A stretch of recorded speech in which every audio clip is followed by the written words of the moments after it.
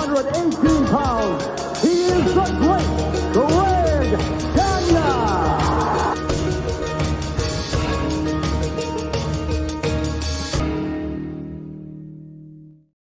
Hey, what's up? It's Dominic D'Angelo of 4HorsemenNetwork.com and OneTrueSportTV.com. And we're back. It's a Tuesday. We're live, 4 p.m. Eastern Standard Time. None other than Magnum TA Greg Gagne. It is straight talk with the boss. And that boss is Magnum TA. Magnum, how are you, man? Man, I'm doing great. I got rested up for a whole week. I'm full of vim and vigor, ready to go. Man, and we got the facilitator too, Mr. Greg Gagne. Greg, facilitator. Yeah, I've been facilitating all week. all week long. Yeah, so I'm ready. Yes. Ready. There was some good stuff this last week on TV. Absolutely, there was wrestling. Yeah, let's say hi to some folks WWE. in the chat here. We got Triple E in the house. We got some other live people in here too. Will Mr. D'Angelo go to Washington, make a return with all the crazy surrounding? What? I don't know what that means at Triple E, but there's a lot of craziness going on in the world, and sure enough. We got some good craziness to talk about in the pro wrestling world. John Cena, we finally heard from him. Cody's been cutting some great promos and build to this John Cena thing on Monday Night Raw that happened. Magnum, let's get your immediate thoughts. What did you get to catch the John Cena promo, and what's your takeaways from it? He's all in. I mean, he has embraced this character, to the hilt, and it was like an old school program, modernized for 2025, and I thought it was excellent. I mean, he called out the people out there that had the shirts on that were still supporting him. I mean, he left no stone unturned. He blistered everybody within ear reach, and some that probably read about it overnight and hurt their feelings too. Right? It was really. I think a very effective promo. I actually gave my own thoughts on it too on my earlier show, but I'll wait till Greg. I want your opinion if you got to see the John Cena promo. What you thought? Well, the last few weeks, Cody Rhodes has done some unbelievable interviews. I mean, he does a great job.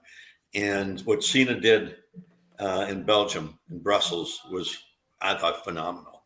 And and you really could feel it, and that's what really drives wrestling. When the fans can feel the emotion of the individual in the ring, and both those two, the interviews they've had, and showed the emotion and what it meant to him. I mean, John, that's one of the best interviews I know he's ever had.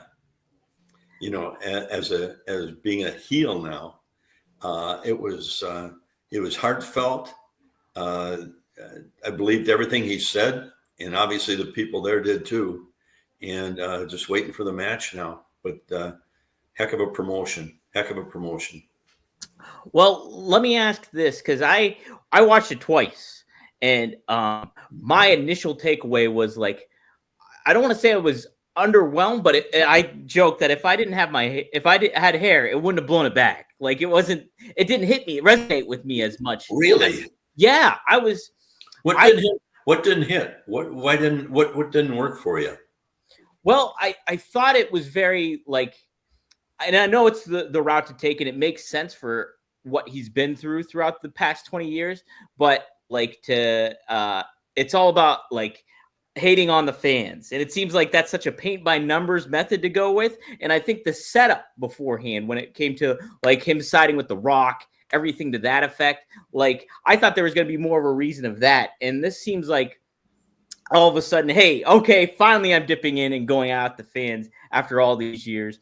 And so it almost felt like a babyface Cena trying to be a heel Cena in a certain ways. And then I watched it again, and I kind of put some things in a little bit more context. And I think he did a great job. I do. But for some reason, it just didn't hit me as big as I thought it was going to be. I don't know. I thought, to me, it was better than The Rock.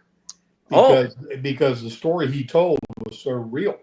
And I mean, he called people out and said, you wanted to say you're supporting me.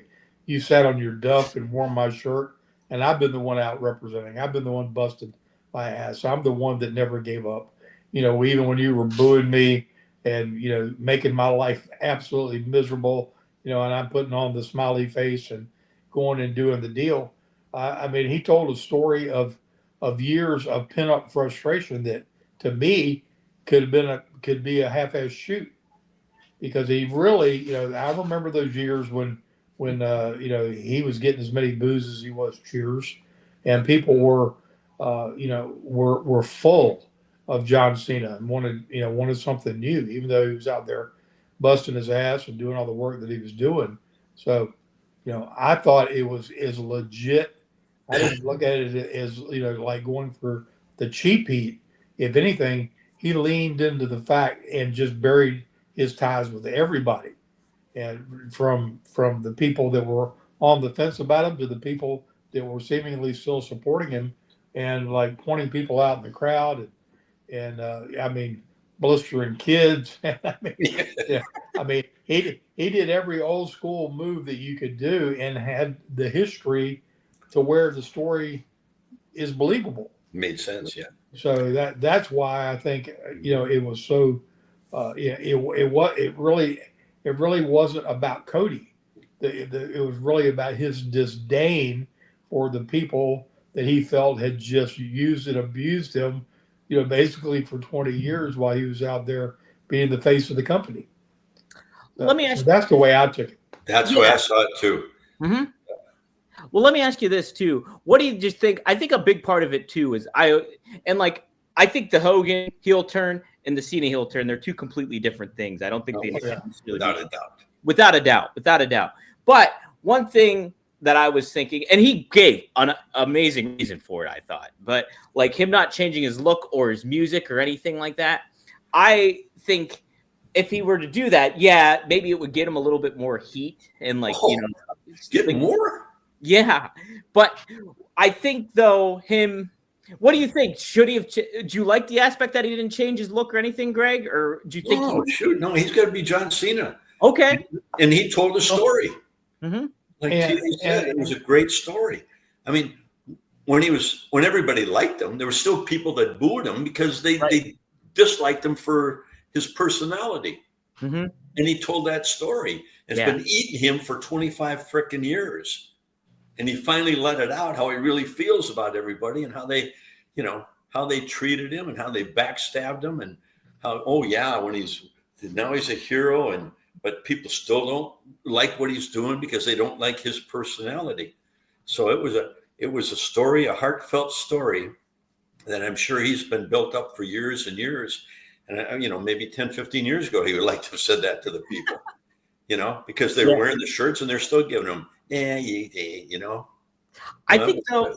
For me, it just makes it feel like a bigger deal if you completely change who you are, and it's like, well, that John Cena heel turn, this is what Cena used to look like, and now here he is now, that's. And for me, I go back to the Elimination Chamber, and I thought he looked so pasty white. No, seriously. I thought he was changed then.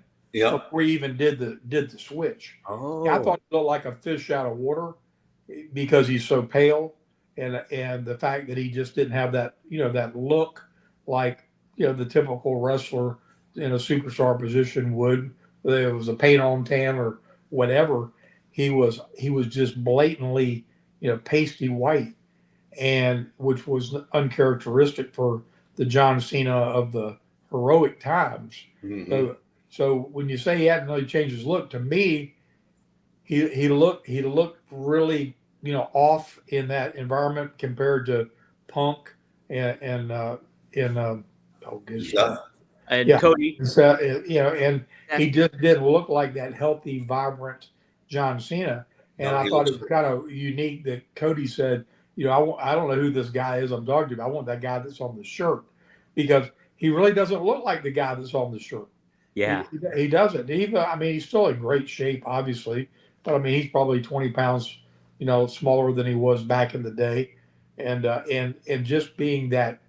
And he used to always have the the razor cut, real thin, hardly any hair on his head, and so now, he looks like like somebody that's going and doing Hollywood things would look, because you couldn't do something drastic, because he's probably right in the middle of shooting a movie. Right. Good point too. So he's probably doing things that altering his appearance. He doesn't have time to grow a beard or do something rash that he can maintain between now and WrestleMania, because he's got probably some big obligations. And frankly, I'm surprised he's able to pull it all off. And because most studios that invest all those millions of dollars into those productions and stuff don't like their star even out with any risky extracurricular activities like skydiving or something might take you out, and he's out there going to mix it up in the ring. So it's kind of the whole thing is very unique if you knew all the dynamic that's probably going on the backside. Absolutely. And like, listen, my viewpoint perspective is in the very, very minimum. And it's not that I didn't like the promo, don't get me wrong at all, but I was just like, I think I was expecting more, and my expectations. What were you expecting? So, okay, I think I was really banking on the visual aspect, a complete change, look, vibe to him, more reasoning that tied him to why he did it with The Rock and why that was the right time to do it, instead of like, hey, when I came back, screw you, Cody, kind of thing, where it would be like, that would make more sense for him to be turning against the fans right then and there, instead of this build up. And finally, when he wins, he decides to turn his back. So that's too obvious. Yeah, you think so? And the point that TA made about his look, he looked pasty. He looked old, a little bit in the neck. Yeah. And that, and depressed. Hey, there you go. Yeah, it's true. I mean, that's the feeling I got. And then when he started speaking and his story came out, I just followed that story, and I really believed everything he was saying. Because like TA said, early in his career, even when they liked him, people didn't like him. Yeah, it's true. Well, yeah, he spun all around. You remember him as trying to be a rapper and that deal, and to pump up his tennis shoes and all the goofy stuff he went. I mean, he worked his butt off to create a career. To me, what I think, next, I think we need to see him in a match against somebody who's somebody. And have him just be a vicious flipping destroyer of that. To me, is what will take it to the next level. And we see a level of physicality out of him with a name. I don't know who it would be, but I mean, somebody high enough up the ladder that you would maybe a Damian Priest, somebody like that, and have him just not be a cowardly heel, be a vicious, maniacal, trying to take somebody out in their career kind of heel. And but he needs the right person to have that match with, to take it up to yet another level. So you would have him wrestle before WrestleMania? Would you? Yeah, I'd have him go out there with somebody, just and be ferocious and destroy somebody. I mean, that makes sense. Yeah. Brutal, to the point where Cody's like having to come save him. That's great point. That's a great point too. That's a really great point. Yeah, and I think Cena is so smart. And like, the neat thing is that, I didn't pick up on it. You guys might not have even seen the image, but Cena does a great job on his social media. But he posted a picture of Cesar Romero as the Joker from Batman, and it took me like till after the fact. Somebody posted on social media. I think the guy's name is Jarrett Bailey. He posted after the fact. But he said, I think the reasoning that he put the picture of Cesar Romero there was because he was the Joker, and Cesar Romero didn't shave his mustache. Like, he kept himself who he was. And so I was like, holy crap, that is what Cena did, right? He didn't change for anybody, even that. So after that fact, too, I was like, man, I respect what he did with that. I thought that was great. It'll be fun to see what they do next with it, because they can obviously, and it's all going to depend on his availability. Yeah, right. I feel like the fact that they were on a European tour is probably what lent himself to his availability, because the word was after the Elimination Chamber, he got on the jet and flew off to Africa or somewhere he was, filming. Right. So, absolutely. It great storytelling. Took it up a notch, and honestly, I don't know that they could have created any greater feud for Cody to be in, returning in WrestleMania. Yeah. It's got that vibe, got that feel. The Rock's still going to play some hand in all this. We know that. So, just waiting to see the next twist. Absolutely. Eddie makes a great point. Do you have an idea what you think it might be? I've got one. What do you think, Greg? What? I think in WrestleMania that The Rock is going to end up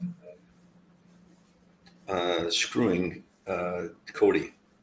Oh, for sure. Causing him to lose the match to Cena. Mm-hmm. So Cena gets that record of the 17th. And then they could go into a tag match, maybe with Cody and Roman Reigns against Cena and The Rock, because Cena won't give Cody a title shot. And if they win that match, then he goes back with Cena against Cena again. Ooh, see, that's not bad either. Yeah, with your bloodline ties too. Boy, Yeah. There's a lot of possibilities. But Magnum, what do you think? How do you think it's going to transpire? This is early on. I'm not even going to prognosticate this one because I'm trying to, with the way Roman came out and just destroyed everybody in his path the other night, in the garden, and shut that cage match down and didn't care about who got bragging rights or nothing. Yanked Seth out unceremoniously, stomped his head in, and went in there and beat up Punk. I'm more interested to see the dynamic of him and Paul when Paul was, kind of mentoring, Punk and comforting him, and then he comes in there and just kills him. And if that's going to lead to some rift or they keep riding that horse. I don't know, which way they might go with that. Yeah, it was a great tease. It was a great tease, wasn't it? Yeah, it was some good stuff. What do you feel about there being 2 triple threat matches? It seems like we have Rhea Ripley, Bianca Belair, and Io Sky, but then it seems like what they're going to do for WrestleMania, and then it seems like we're going to get CM Punk versus Roman Reigns versus Seth Rollins. Do you like that aspect of having 2 triple threat matches at WrestleMania, or are you kind of indifferent? Does it matter to you, Greg? Let's start with you on that one. Well, I think the girls, that's pretty obvious what they're going to do with that one. Mm-hmm. I don't see the triple threat match with Reigns and CM and Rollins. Is that where you're going with it? I think that's what they're doing with it. Yeah, I think that's what we're going to get. I don't know. I don't know if you'd want to do 2 men's and women's triple threat match in one night, but it's WrestleMania, and that they'll do a lot of different things. So they can do it on the 2 nights since it's 2 nights, so they could do it rated. But maybe, I don't know. I don't know. They got me on that one. Yeah, Bang. What do you think? Do you have any thoughts on that? Well, let's back up to the women's thing for a minute because and I'm a huge fan of Rhea Ripley. Me too. I don't like the idea that anybody from a storytelling perspective can just bully their way into the deal. And she put her name on the contract. Well, that doesn't mean nothing. I mean, the contract is made up between the other 2 individuals. So I think the storyline there has got some flaws in it, because it really does. I mean, there's nobody would be able to hold anybody's feet to the fire on anybody could come up and say, "I'm going to write my name on this piece of paper." Right. It would be the match. I mean, right. I would be more intrigued for them to spin more with this whole Naomi deal and find out, because they teased something like there was somebody else involved. Right. So, and of course people want to think, go right to the normal heel groups, but what if Rhea had something to do with that, or, now then it could get twisted around. Cool. So, I would rather see, if that were the case, I would rather see Rhea and and Jade. I'd rather see them. Yeah. Because I know Rhea could carry Jade and have a crazy match with her, because they're both, similar size and strength and whatnot. But yeah, I don't know I don't know that I'm not feeling enough drama with that. The drama's going on with Tiffany and Charlotte. Yes. They're the ones that have got your intrigue and I mean, crazy pull apart, and Charlotte, calling her like kind of a cheap imitation of herself because Charlotte was the first one to introduce the big moonsaults off the top of things and all that kind of stuff. So it'll that match is really getting some interest. I think for me, but they got to do something else with those three girls to make me get emotionally bought into that one. Right. I do like the contract signing was an interesting segment, I thought, but I think the aftermath, I don't know if you saw the backstage segment that they did where Bianca was back there and then Rhea came in and like slugged her. It looked like she legitimately slugged her back. Yeah, everything she does, I'm a huge fan of. It's I just am too.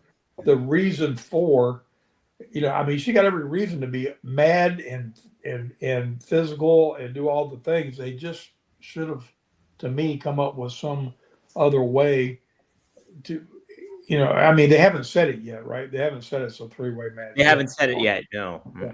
And if Looks she like keeps that's the way raising they're holy going. hell and being such a disruptor that they're not going to be able to have the match with just the two of them, because every time they try to cue them up, she's going to show up anyway.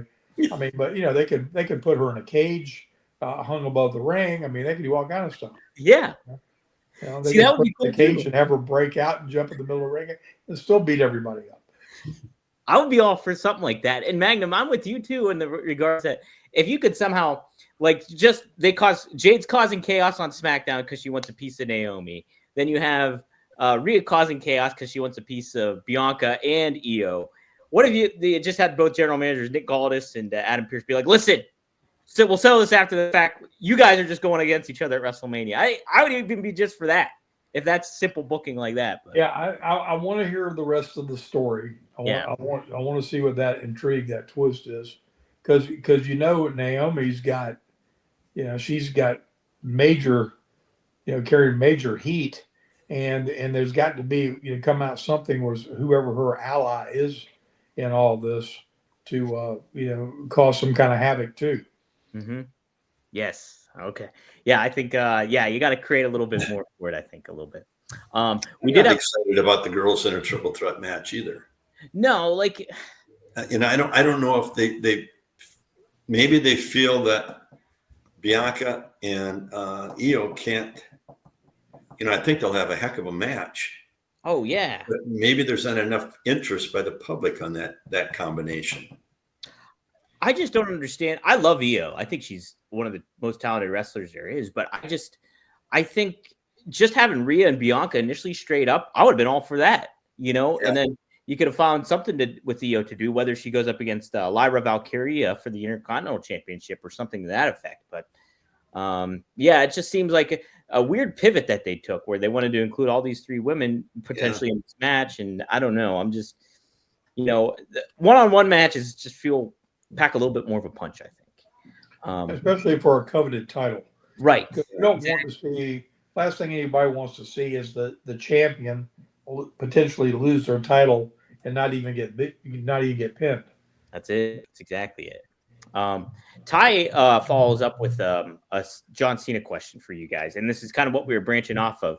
But I believe now, Ty, correct me if I'm wrong. So he asked, "How would you go about doing this promo?" And then I asked him to follow up, and he said, "The Cena promo. You did the heel turn. You need to do a promo verbiage-wise. How would they approach the promo?" So I think he's referring to how would you follow up with John Cena in the promo, and then how would you have Cody respond to it, I think, is what's going on. Magnum, how would you handle that? Well, I mean, I think that's why I was talking about he needs to work, because I think the next thing he needs to be, because Cody was basically dishing the fact, that he's just become a, whining, whiner, and that he's not the ferocious John Cena of the past. And I think he would want to say, you think I missed a step? I'm going to show you exactly where I'm at. And oh, by the way, I got a dance card with so and so tonight, and you're going to see who you're getting in the ring with in WrestleMania, and something like that.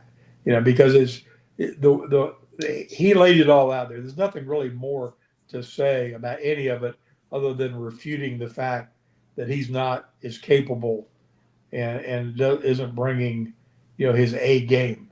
Because he doesn't quite look the same. He is definitely talking the same. To me, he needs to be a vicious, intense, methodical, going to hurt somebody kind of heel. And that doesn't have to mean a buzzsaw. It could just be it could just be that methodical thing, just like when Hogan tried to do it. He was more solid and believable and credible as a heel to me than he was as a babyface. Yeah, without a doubt. And you don't need the cutesy "you can't see me" stuff. You need the, putting them in that submission hold, like like Chris Benoit and him used to use, and putting somebody out and not letting them go till they pass out, or he had to be stretchered out because he wouldn't let them. They can't break the hold. Right. Something like that. Yeah, Greg, do you agree with that? Is there anything you want to add? Yeah, he needs the right person in there and really do a number on him. Just lay him out. 100%. Because you can't see any more than what he said in that interview. Mm-hmm. That one was the one that was so heartfelt, and it related to it. I mean, from being in the sport, and that's what Vern used to say: when you do an interview, do it from the heart. Let the people know how you really feel. Don't try to be somebody you're not. And that's exactly what John did. And that story told it. And now, like TA's got a good point there. He's got to really hammer somebody. He doesn't need to talk anymore. Right. Let Cody do the talking. John can have one for the last match, but a couple of weeks of him just kicking the crap out of somebody would be nice. The best thing. And then refuse to talk to the people and walk out. or they could film him in a remote location training in a ring, in a warehouse, dirty, nasty deal. And, and have someone, maybe The Rock there, have someone there, just, kibitzing in the corner, but have them feeding him guys and him just destroying them. Mm-hmm. It's absolutely, do the kind of things where, like back in the old days, where you almost see something happen in the shadows and you almost cringe because something really bad happened and you couldn't visually see it all, and there's people just, if there was any doubt in my capabilities. Let's end that right now, because he may not be available, but for so many times between now and then, they have to be really creative how they come up with something like this. Mm-hmm. Yeah, that's a very good point too. It's just like because even then, like I think it was like the day before, there's video surface of him on set, and his bald spot was gone too. People made big note about that too, and Eddie made a good suggestion here earlier on when you were talking about, hey, he needs like a big name to defeat. What if it was like somebody like Rey Mysterio? He just annihilates or destroys like that and build towards it. Legacy star. They have a history with one another, obviously, but then John Cena just annihilates Rey Mysterio ahead of the game and gets more of that heat furthered on there. I don't know. What do you guys think? And that could work. I mean, definitely would want somebody that would get the sympathy vote. Right. For the deal, but yeah, it just got to be well thought out, and I think they just need to continue to make him. People say, "Oh crap, he's more dangerous than he's ever been." Mm-hmm. Maybe Cody's really in trouble because you got somebody that's got nothing to lose and everything to gain. Yeah. Oh, okay. So clarity to Ty's actual question. He was actually more direct, and he was just asking you guys straight out, how would you guys have done the Cena heel turn promo? How would you have done it if you were in Cena? Would have done what? The Cena promo? How would you have done it, Greg? Yeah. Just the way he did it. Yeah. I mean, that's as good as it's going to get. Like I said, when you're talking to the people and you're in that position, you've got to make them believe. So you got to talk from the heart and how you really feel. And that's what I got from John Cena. I mean, that, and the TA said at the, in his early career, even when they were cheering him, there were still people that didn't like him. Still booing him. You know, so he couldn't really win either way with the public. And then he finally got established where they love him. And now, well, screw you people. You know, Right. Mm-hmm. Where were you when I needed you? Yeah. Yeah. You know, he's telling it the way he probably feels about it. Right. And I don't think you could make that any better than what he did, or say anything any different.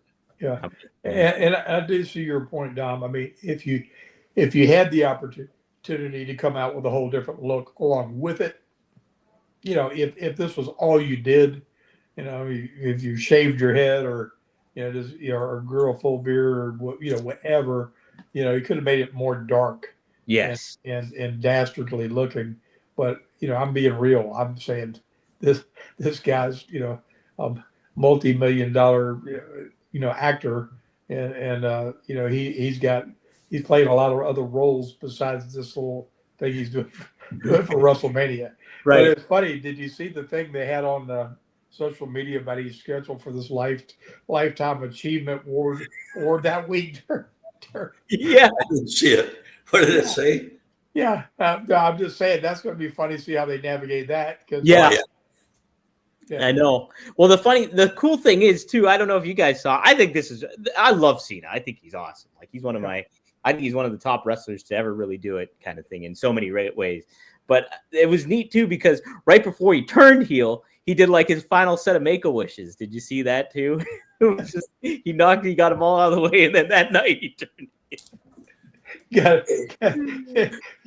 You talk about Cena, and when he first came on the scene, and he was that with the punk rock kind of look type deal. Yeah, the rapper look stuff. I couldn't stand it.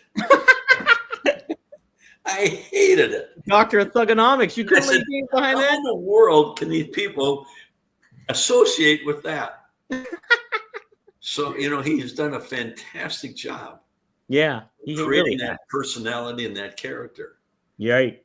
It just, it brought everybody in eventually. Yeah. Except me. Heck yeah. It drove me nuts. Come out with those jean shorts on. And yeah, what are you doing here? Oh, my God. But you can't take anything away from him. He's done a phenomenal job. He's meant a lot to the sport of professional wrestling. And, he's a Hall of Famer. And we'll just see where it goes from here.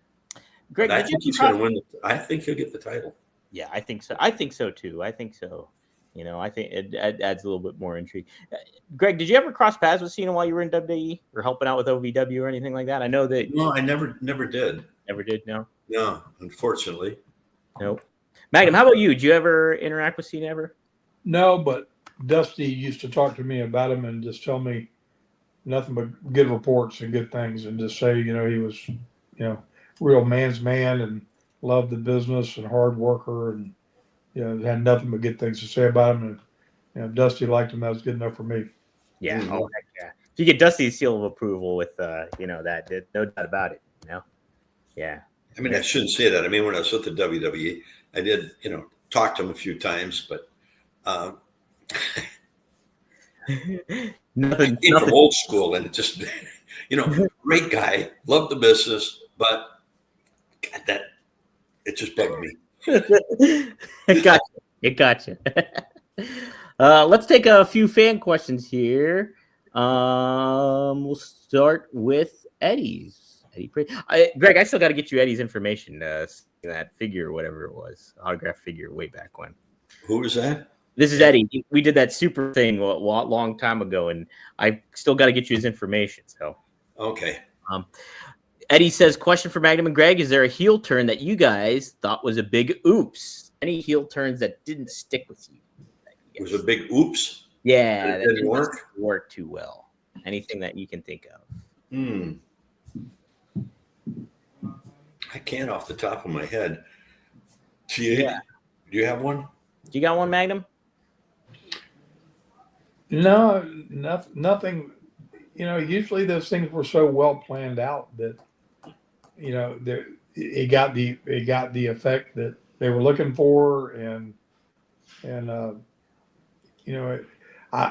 know when Wrestling 2 first turned heel, it ended up being an oops for him because by the time he figured it out and really got comfortable in the role, Bill had lost his patience with the whole program and pulled it. But I guess I was right in the middle of all that, so that was it got huge heat and he turned heat on JYD, who was it was all I was part of it. I was in the middle of it because he was working this deal that he was like my coach and my tag partner. But he turns heel on the the biggest baby face that ever been in Mid-South. I'd say, yeah. And in New Orleans, of all places, and screws him over. So, but it was a guy that had never, ever been anything but a baby face and a great baby face, pantomiming in a mask, doing all the things that he did so well. And he wasn't ready for it psychologically to what that really, it took him. It didn't take him it wasn't like it took him a week or so. It took him, probably a month or better, maybe a couple months to get comfortable in the lane. And then again, when he did, the timing was done as far as the big cheese was concerned. So that was probably, a little bit of a oops because I didn't need it to further my career. It should have furthered his and given him really another couple of years of productivity, and it kind of fell flat. Yeah. Boy. I just came up with one. You got one, Greg? Who is it? Mad Dog Vachon and the Crusher. Oh, not good heel turns. Yeah, Crusher had been out for a while, and Mad Dog had somehow racked Crusher up. Crusher was a heel at the time. Mm-hmm. They both were. And Mad Dog, he was one of the most vicious men you've ever been in the ring with. But Crusher came back and it was on TV, and it was against. He jumped in with Mad Dog and his brother, the Butcher. Got rid of Butcher somehow, and he hit Mad Dog with a chair and busted him open, hit an artery, and the blood was just squirting like this. And the announcer Roger Kent was going bananas. He thought he was going to bleed to death. Yeah, the paramedics, and there was blood everywhere. But that then made Crusher confirmed babyface. Yeah. Later on down the line, the people made Mad Dog a babyface. So, go figure. It doesn't figure, but it worked. Hit an artery, and that'll turn your babyface. They sold out everywhere. Their matches were very solid. Very solid, apparently. Yeah. Matt Carter has a good, interesting question. I don't know anything about this person, so you got to help me out here, Greg. Greg, any thoughts on Rocky Mountain Thunder from the AWA? He was the drizzling shit. What did you think about Rocky Mountain Thunder? And tell me about it. Who wrote that? Matt Carter did. Matt, you're right on, buddy.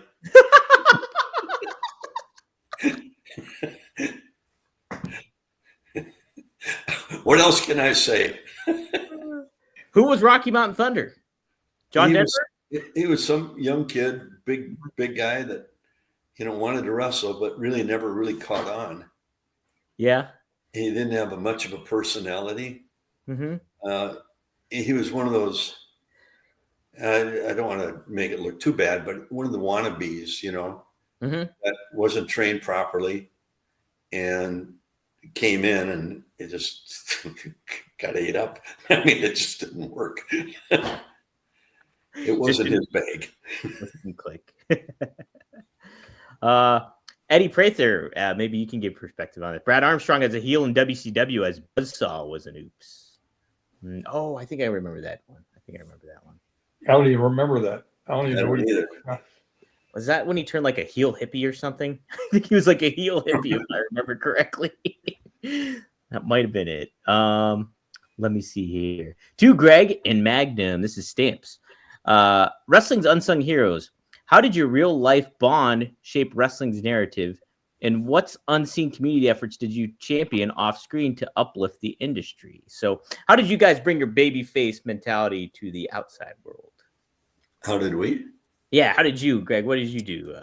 Babyface. What was the babyface move you did outside of the wrestling ring? Be myself. That's it. Yeah. I mean, you can't try to be somebody you're not. People see right through it. Mm-hmm. And I like to have fun. Yeah.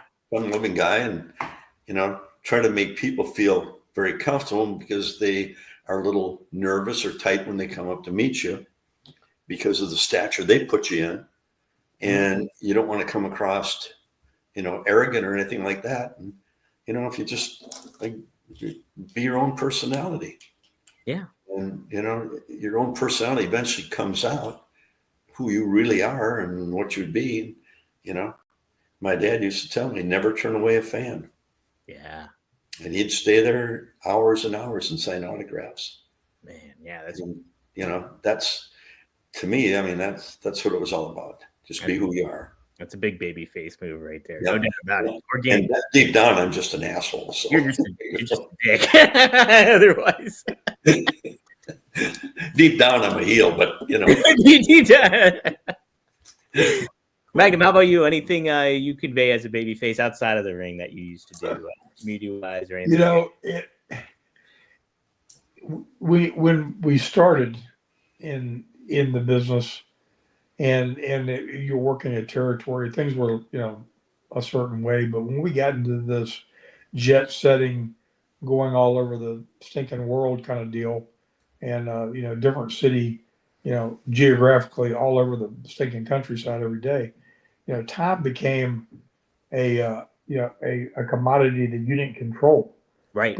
Particularly when you were traveling or trying to get out of a facility with a lot of people, because you couldn't stay and sign every autograph. You couldn't do whatever. You'd miss your connection. You'd miss the other things going on. So I remember Dusty would say, tell me, he said, just find one, find one on the way out, like a little kid or something, and you got your one that you satisfy. You're going to satisfy one out of 1,000. Yeah. But they can't heal on you because you stopped. You were obviously blistering to make the next jet setting deal, but you got that one moment of connection, and then on the next thing. And it was a tough thing to navigate because it happened a lot. And usually you're busting it. You got security trying to get you to and from, get you out either to a car or a bus or to go wherever, and you had to figure out how to get through that and not get frustrated because again these people are the ones that support you, but it literally became impossible when the numbers grew so large. Right. And when you're going to arenas and there's 10,000 people there. Well, you're not going to make 10,000 people's, Kodak magic moment. That's not going to happen. So, thinking back on it now, that was kind of the weird little nuance. And it was funny because Dusty was my traveling buddy all the time. Yeah. And he could be ornery. It depending on what mood he was in. I mean, we'd go through a drive-through to get something, and he'd be over there on the passenger side, and he'd be being like the cold-blooded sausage maker, man. He'd be like cutting some promo on somebody, and I'm having a really baby face now because I'm having to cover up, make a joke out of whatever it is that he just said. And I think he got great joy in that because he knew that it was always a challenge for me. He was challenging you. Figure out how to get us out of this thing. I played Henry Kissinger like 24/7 sometimes when we were doing that stuff. But it was, it was fun, and the fans. You wish you had more time to do those things, but again, the schedule as it got. I'm glad to that. Like WWE does those big meet and greets and things where people can get to them, because outside of that, it's not like they can wander through there with 40,000 people and kiss babies and shake hands and smile for that special moment and do everything else you got to do with their responsibilities. Yeah, that's what makes. They got a great deal now. I mean, they have those fan fests, and the WWE runs those. So, that's where the people can really get a chance. Like TA said, it was very tough. You come out of an arena, and you got to get either in the car and get home for the next one, or get on the plane and get out. And you got everybody. You try to pick out a few and make as many happy as you possibly can. Yeah, absolutely. It's a tough thing. It's really tough. Yeah. I was there was a show that was put on too, Bruno Forever. I got to tell Magnum a little bit about it this weekend on Saturday. Sam Adonis and his family, Corey Graves' brother, they put on a show for Bruno, a tribute show, and they brought in Stan Hansen. So, and there was some of Bruno's family there, and they were talking about like how Bruno would take time with the fans and everything like that because they'd be that organic. But how tough is that got to be? Like it's tough. All those people, and you can't please everybody as much as you want to, and it's a delicate balance. I like that Dusty was challenged. People watching us, how many of them out there, can we please, yeah, we're saying they might not agree with us. Yeah. Which is fine. We all have opinions. That's it. But if you want the straight talk, then you go to TA. You go to TA. That's it. He's got to play the good guy when he's with Dusty. He's got to play the good guy. Here's another question from Matt. Greg, also for Greg, thoughts on Wayne Bloom and Mr. Magnificent, Kevin Kelly, a.k.a. Nailz. Well, they were both great performers. Mm-hmm. Wayne was a great athlete, strong. I mean, he didn't look like it. That son of a gun was so strong. Yeah. He was unbelievable. Yeah. It's like he had steel and wires in his arms and legs. And he was really, really good and a good guy. Wow.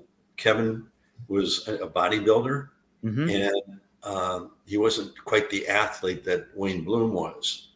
And it's a little harder to perform in the ring when you're stiff. Yeah. And he was very stiff, hard to move around, and as a heel, not a real good bump taker. Mm-hmm. So you really had to really work real hard to have a really good match with Kevin.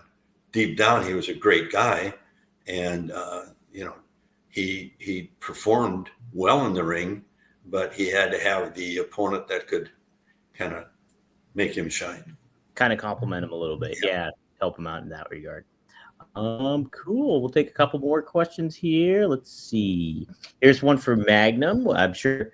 Logan asked, Magnum, how do you feel about Tessa Blanchard being the next TNA Knockouts champion? I think she is doing an amazing job. I like what I see her doing on the mic, in the ring today, better than any other time in her career. Mm-hmm. To be honest, her ring work, she's in such good shape, just like her dad was. Her dad was in amazing shape. Yeah, and she can. And, of course, she's worked in Mexico and worked all these places at elevation. And so her cardio system is just like second to none for the women. So, she can move and go, as hard a pace as anybody wants to go. And, I like her in more of a heel lane because the intensity's there. Again, her personality, the sharp-wittedness that she has and whatnot, and she was always, to me, miscast as a babyface. There's going to be people like her and everything because she's a beautiful girl and a great performer, but her intensity in the ring lends itself more to that than a babyface like fighting from the bottom up. She's the polar opposite. She's like the piranha that you can't get off your leg that's eating you alive. and really, she's like that, like a shark attack. And she's really, I think, finding her own, lane. And I look forward to seeing her for the women's championship. I've watched the girl that's got the belt, and she's, obviously a fierce competitor herself, but she's not quite as seasoned as Tessa is from the 10 years all over the world stuff that she's done. She's just got all the pieces of the puzzle, and she's lean as a racehorse right now. She's probably, I bet she weighs 30 to 40 pounds less. Wow. Than what she did when she was previously at TNA. Mm-hmm. And that's just because she streamlined her body to be just a racehorse and take pressure off her knees and her joints. When she does that move she calls the Magnum, when she jumps off the top and grabs them by the back of the head and drives the knees up under their chin, and I cringe every time I see her do it, because I just think about her back, because she's taking all that blow on her lower back. Mm-hmm. But if she's lighter, it's not quite as hard on her as when she was, heavier. Mm-hmm. Yeah. I'm a subscriber to TNA Plus. I watch her every week. Yeah. They got a new price line for it, I think, too. So I still can't get it. We got to get you hooked up with it. I'll try to figure out a way. TA, you're really a lucky guy. I saw a picture on Instagram. Courtney and her girls. And that wasn't all of them. That wasn't it. Well, Yeah, Tessa wasn't in that picture, and so there was one. I thought she was. Mm-mm. No, that was Taylor and Lucy and Tally and Courtney from this past weekend. Ah, great picture. Yeah. How about that? You're a lucky guy. That's great. Yeah. Yeah, you got to fight a few off. Despite myself. Have you given a few lectures? Hey, you just get that surgery taken care of next week before you put that S back on your chest. I'm going to tell Laura that I'm going to kneecap you when you're. We're going to have to hobble you to keep you slowed down for a little while so you can rest up. Let's see. We'll take one more question, then we'll close it on out here. What's a good one? We'll go with Chris's here for Greg. Greg, why did the AWA have a TV title earlier? The end of its existence was part of a much larger plan that never materialized. Why did they have a TV title earlier? I don't know. Stanley Blackburn, the president of the AWA, one day said to Vern, you should have a TV title. Other people have it. So they created it. Oh, okay. So, and then they had a little tournament on it and see who won it and went from there. But I think it came from Stanley Blackburn. He was, he was the head guy for the AWA, and he's the one that talked Vern into it. Oh, okay. How about that? So there we go. Came from. Yeah. All right. That should do it. Magnum, do you want to give any updates on Powertown? What fans can expect, or any teasers? I cannot loose these lips quite yet, but if just say I have been looking at the TNA figures and the Ultra figures that we have being manufactured now, and I've seen all the first, what they call the first shots of them, and people are going to go crazy. I mean, the Jordan Grace and is first woman Ultra figure that we've done. Yeah, and she came out absolutely amazing, just phenomenal. Yeah, I mean, and Eddie and Josh Alexander and Moose as well. And Moose has got these intricate body tattoos, and we were able to capture them so realistically. You're going to be blown away. Wow! When you see what that looks like. Man, that's awesome. I got an up close look at the Stan Hansen figure this weekend too, while I was at the Bruno thing, and yeah, amazing stuff. Powertown. Did he have a few there to sell? So somebody was selling them that they could get signed. He didn't. I don't think he had any to sell that was there. He was just signing autographs and getting. Well, he should have. Yeah, maybe, I don't know. Maybe somebody bought him before I got to see him. Maybe, yeah, and then jeez. Oh, who knows? I hope we got paid for him. Oh yeah, I'm sure. Good. I'm sorry, moving around. My left leg is cramping. That's all right. We'll wrap it up here. But CG Charlie does want to say, Greg, my thoughts and prayers for you next week, my friend. I'm having an EMG nerve study tomorrow and a CT/myelogram if you three guys can keep me in your prayers, I'd greatly appreciate it. Absolutely, Charlie. Prayers to you. Certainly will, Charlie, and thank you. Yep. Mhm. I'm going to need a few. Probably more than a few. Well, Greg, back in mind, we love you, and we're going to pray for you and wish you the best. And thank you. You're welcome. You're the best, Greg. So, and so are you, Magnum. You're the boss. So the best. He's the boss. He gives you the straight talk. That's it. Guys, if you like what you're seeing, be sure to give us 5 stars on your podcast feed of choice. I think I got to post the audio from the last week, so I got to get that one done. And we'll post this one up too. So take a look at that. And 5 stars. Subscribe to 4horsemanetwork.com or OneTrueSportTV.com and give us some feedback and everything like that.